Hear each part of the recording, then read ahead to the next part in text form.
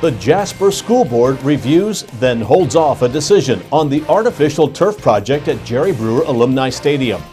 We make our weekly visit to the Dubois County Humane Society.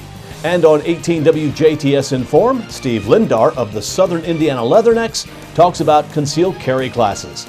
These stories, sports, and weather coming up in the 18 WJTS News.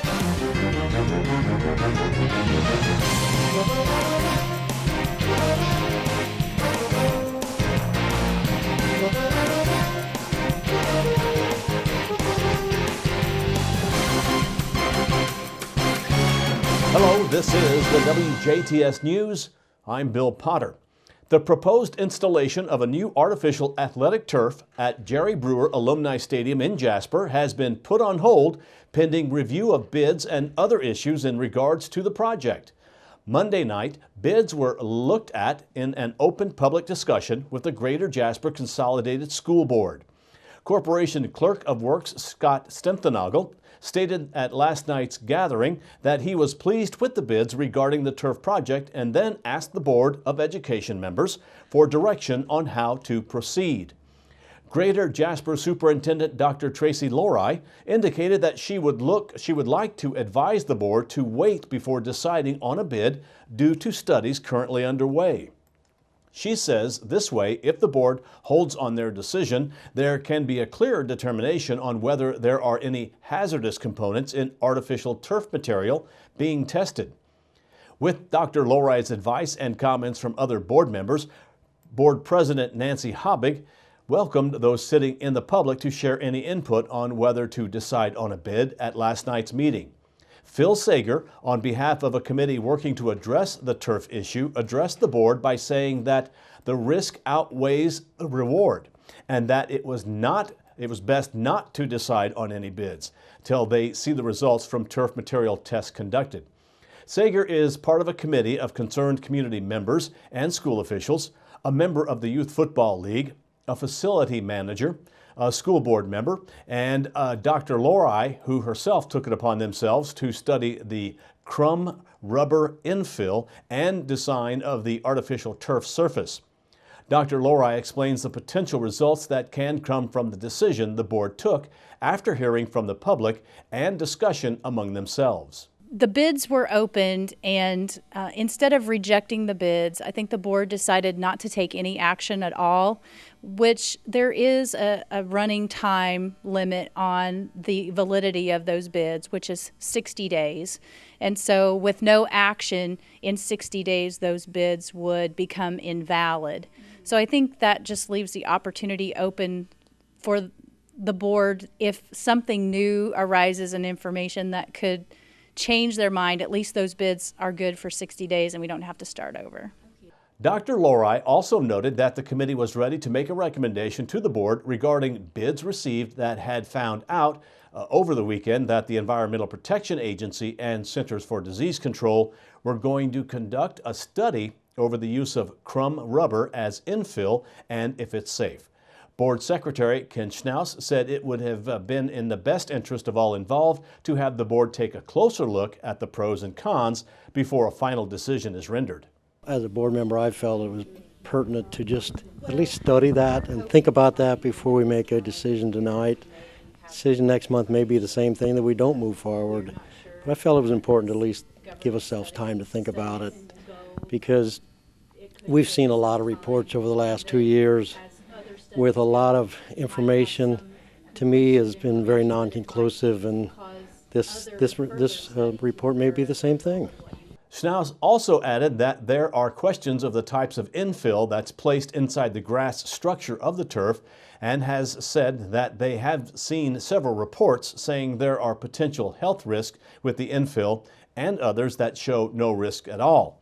There was a bid that offered to remove infill if the EPA would come back with negative results, of which Schnaus wanted the board to also consider before making a decision.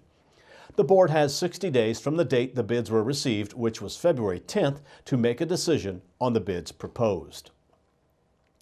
Officials with the Indiana State Board of Animal Health say the 6.2-mile control area associated with the highly pathogenic avian influenza incident in DuBois County was officially lifted Monday by the Indiana State veterinarian. They say as a result, poultry owners, commercial and residential, in the area may now resume normal operations and movements of birds and poultry products. Of course, the control area was established on January 15th after the highly pathogenic avian influenza was identified on a DuBois County commercial turkey farm. Poultry and poultry products could not enter or leave the control area without a negative avian influenza test and a permit issued by the Indiana State Board of Animal Health. Now, because the test must be completed within 24 hours of the movement, many commercial egg farms had to be tested daily to continue to move products. Since January 15th, the Animal Disease Diagnostic Laboratory at Purdue University has run more than 4,300 avian influenza tests. All farms consistently tested negative throughout the 38-day period, which allowed the Board of Animal Health to lift the control area, based on guidelines established by the U.S. Department of Agriculture. In addition to the initial infected farm, the low pathogenicity avian influenza virus was identified on another 9 nearby commercial turkey farms. All were depopulated, as prescribed by the USDA, as well as non-infected commercial layer farm that was considered a dangerous contact premises. Quarantines remain on all of those sites until specific cleaning and disinfection requirements are complete. As an extra measure of caution, the Board of Animal Health imposed a surveillance zone with the same testing requirements, but without the required permit, on commercial operations in an additional 6.2-mile surveillance zone. Those requirements have also been lifted. Avian influenza poses no food safety threat. Poultry meat and eggs are safe to eat. A Kentucky man found to be in possession of drugs and drug paraphernalia was placed under arrest by Ferdinand police Monday morning. Just before 4 a.m. Monday, Ferdinand authorities say they discovered a car occupied by 24-year-old Joshua Ditto of Cloversport, Kentucky, parked in the area behind the Ferdinand American Legion. When an officer noticed a suspicious-looking piece of cardboard laying in the parking lot behind the car, he heard a noise coming from inside the vehicle. Police say the item was a package of rolling papers. After hearing the noise, the officer looked into the car and found Ditto sitting behind the steering wheel, surrounded by smoke. Police say a strong odor came from the car once the driver's side window was rolled down. Inside the car, police could see a pipe, smoke, and quart jar with what was later identified as marijuana. Ditto was arrested and taken to the DuBois County Security Center in Jasper, where he was booked for possession of marijuana and possession of paraphernalia.